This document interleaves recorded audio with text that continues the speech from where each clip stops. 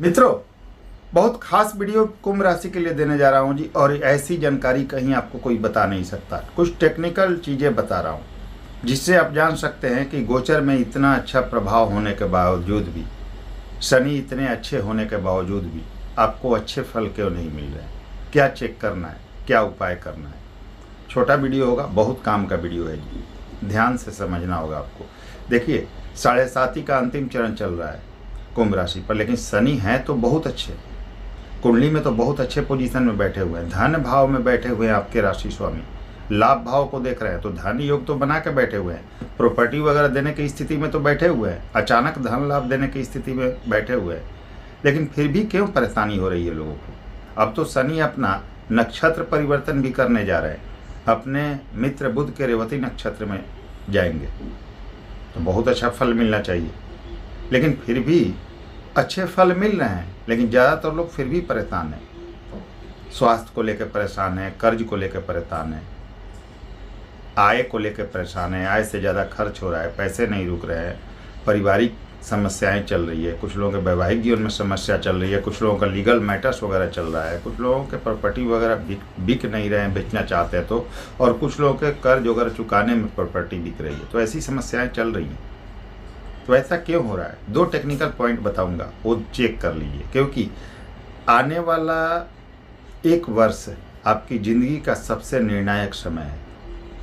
3 जून 2026 तक, 3 जून 2027 तक, क्षमा कीजिएगा, शनि देव अपने वर्तमान मीन राशि में ही रहेंगे और 3 जून 2027 को जैसे ही ये राशि परिवर्तन करेंगे अपने नीच के मेष राशि में जाएंगे।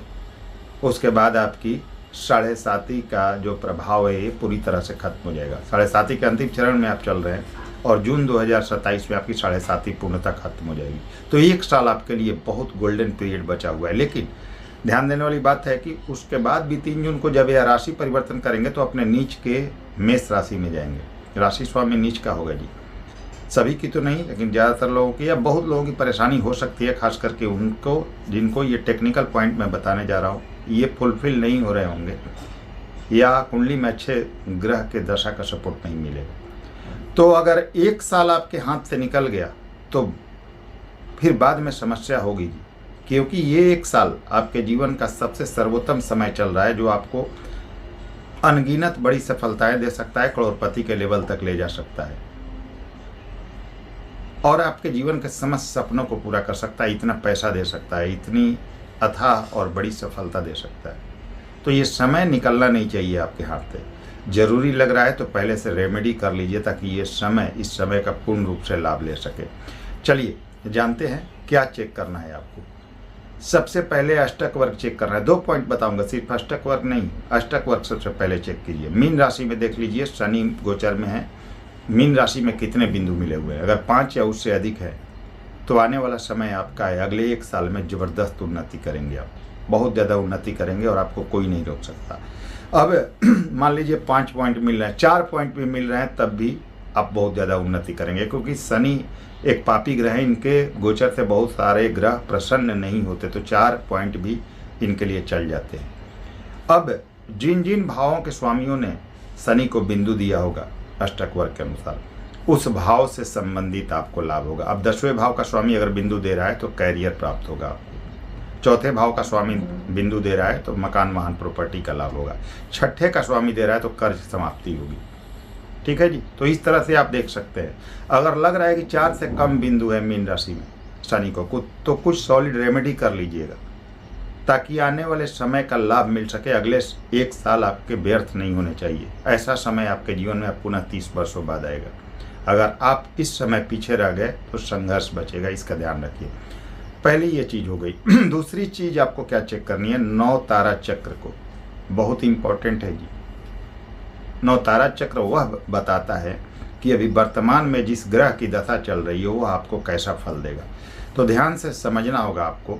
जिस नक्षत्र में आपका जन्म हुआ है, चंद्रमा यानी जिसके आपके चंद्रमा जिस नक्षत्र में है, वहाँ से 1, 3, 5, 7 और 9 ये जो तारा होता है ना जी, ये अशुभ होता है। यानी आपका दशा स्वामी आपके जन्म नक्षत्र से एक पहले, तीसरे, 5वें, 7वें या 9वें में हो, इस तारा में हो तो यह अशुभ फल देगा।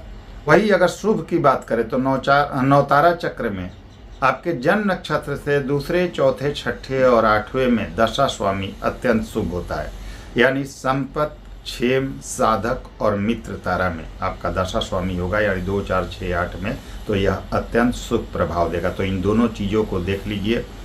लेकिन मैं ये क्लियर करना चाहूँगा कि अष्टक वर्ग भी आपका ठीक है और नवतारा चक्र में कोई प्रॉब्लम है तो भी आपको मोर देन 100% रिजल्ट मिल जाएंगे। अगर ये दोनों ही अच्छा है तो आपके जीवन में ज़बरदस्त उन्नति होगी, बहुत ज़बरदस्त उन्नति होगी। लेकिन दोनों में से एक भी ठीक है तो आपका काम चल जाएगा। अगर दोनों में से कोई ख़राब है या दोनों ख़राब है तो कुछ रेमेडी कीजिए ताकि अगले 1 साल आपके जीवन के व्यर्थ ना हो। और ये 1 साल अगर व्यर्थ हो गए तो फिर संघर्ष बचेगा जी, संघर्ष के अलावा कुछ नहीं बचेगा। क्योंकि वैसे भी कुंभ राशि के लोग बहुत ज़्यादा संघर्ष करते हैं जीवन में। कोई भी काम आसानी से नहीं होता। कर्ज की समस्या, धन की समस्या, ये सब कैरियर में समस्या लगी रहती है। तो ऐसा समय ना आए भविष्य में आर्थिक रूप से आप बहुत ज़्यादा मजबूत हो सकें, इसके लिए कुछ रेमेडी जरूर कर लीजिएगा। उम्मीद करूंगा आप सभी को वीडियो पसंद आई होगी। वीडियो पसंद आई हो लाइक करें, शेयर करें। नए व्यूअर्स हैं चैनल को सब्सक्राइब कीजिए। अगले वीडियो में फिर से मिलते हैं, तब तक के लिए नमस्कार, धन्यवाद।